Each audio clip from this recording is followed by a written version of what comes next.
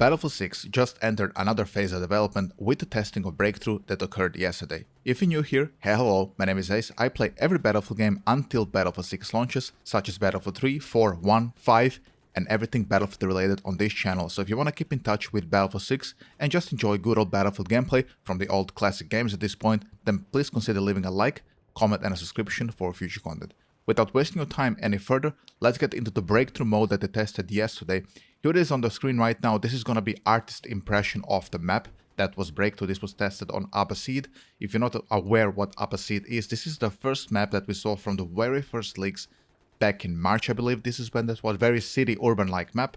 So here it is, ladies and gentlemen. The Breakthrough will have 4 phases. In the first phase, you will see that the HQ will also move and there will be 2 sectors you gotta get. And then in phase 2 is only 1 sector. And then phase 3, 2 sectors. And then followed with the last phase, phase 4, with 1 sector only.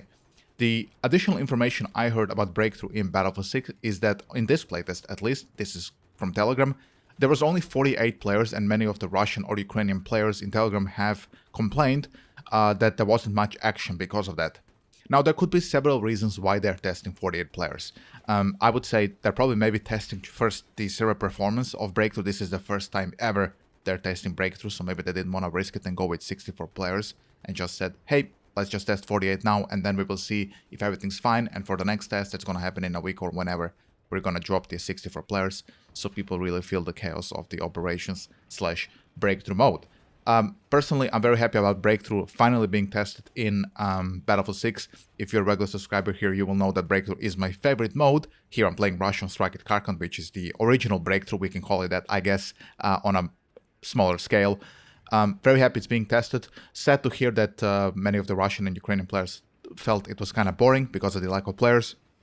But still, either way, I'm pretty sure Breakthrough is going to be fire in Battlefield 6.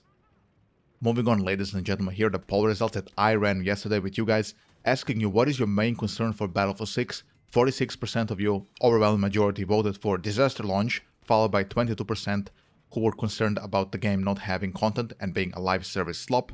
25% of you, the second majority, voted for gunplay, movement and vehicle physics, and 7% of you voted, I have zero concerns that Battlefield 6 is already looking sick. Of course, I cannot vote for my own poll, but since you're my viewers, I will tell you what I think about all 4 options. First, I will tell you which one I would pick. I would pick gunplay, movement and vehicle physics. I agree that disaster launch is a pretty big problem. But honestly, I feel like disaster launches in today's era are a little bit less likely to happen than they were maybe 10 or 15 years ago.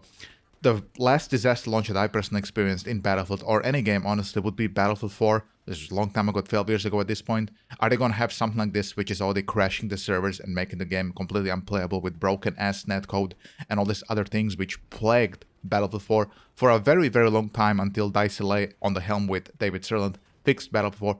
Will this happen? Is there a chance of it happening? Yes, of course, there's a chance for everything. I mean, there's a chance that you get hit by a truck tomorrow, of course. There's a chance for everything.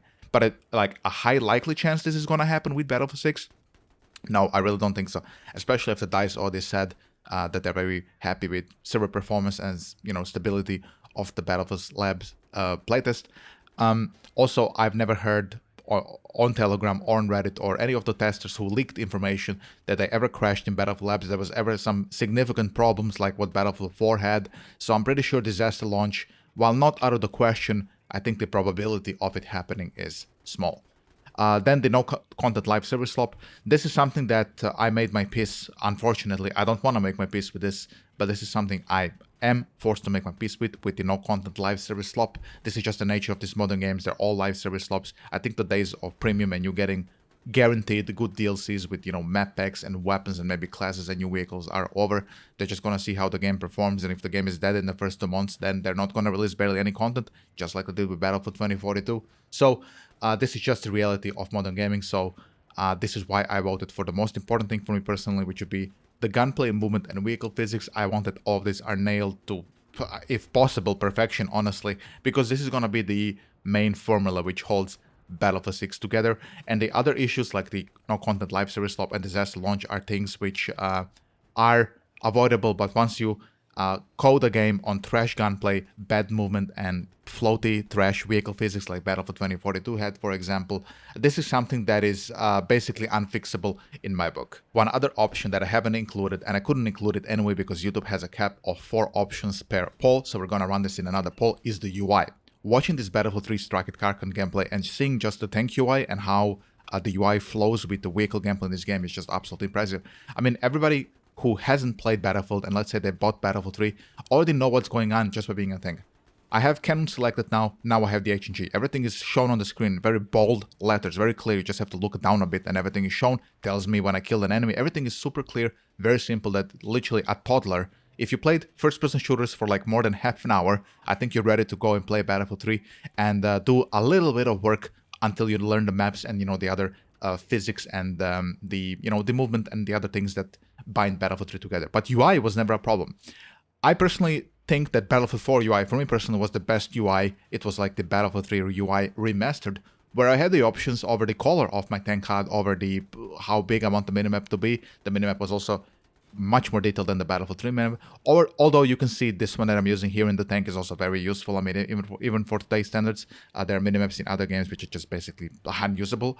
And I really hope the minimap in the other parts of Battlefield 6 are going to take inspiration from the simplistic but honestly beautiful Battlefield 3 UI and BF4 UI.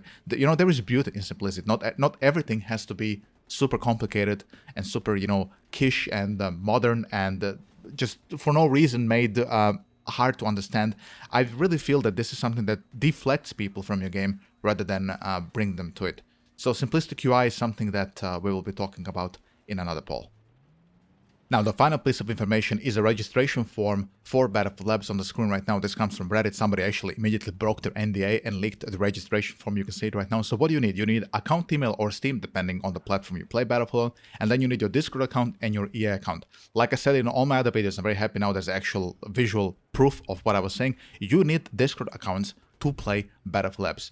If you're new here, why do you need that? You need it because there's a massive Discord with all the developers bunched up together and content creators where you can voice your concern and play with them Battlefield Labs, which is, you know, the next upcoming game of Battlefield 6. So you need Discord. If you aren't versed in Discord and don't know how it works, I would suggest getting used to it very, very fucking quick, because otherwise you just cannot play Battlefield Labs. I'm not sure why this is a requirement. Wouldn't it be better to just have like official forums or whatever? But no, they went with Discord this time around. So yeah, I have friends who never use Discord who got into Battlefield Labs and like they don't know how Discord operates. They don't like this, social aspect about those things. So yeah, just giving you now a visual heads up that you do need a Discord to play Battlefield Labs. Otherwise, you just cannot get in. With that being said, guys, I really hope you enjoyed some Battlefield 3. Leave a like and a comment if you're a regular sub. Battlefield 3 content is not easy to get. There's not many servers left. For my newer viewers, also leave a comment and a like as well, and a subscription for future content. Thank you so much for watching. Have a beautiful weekend. Bye-bye.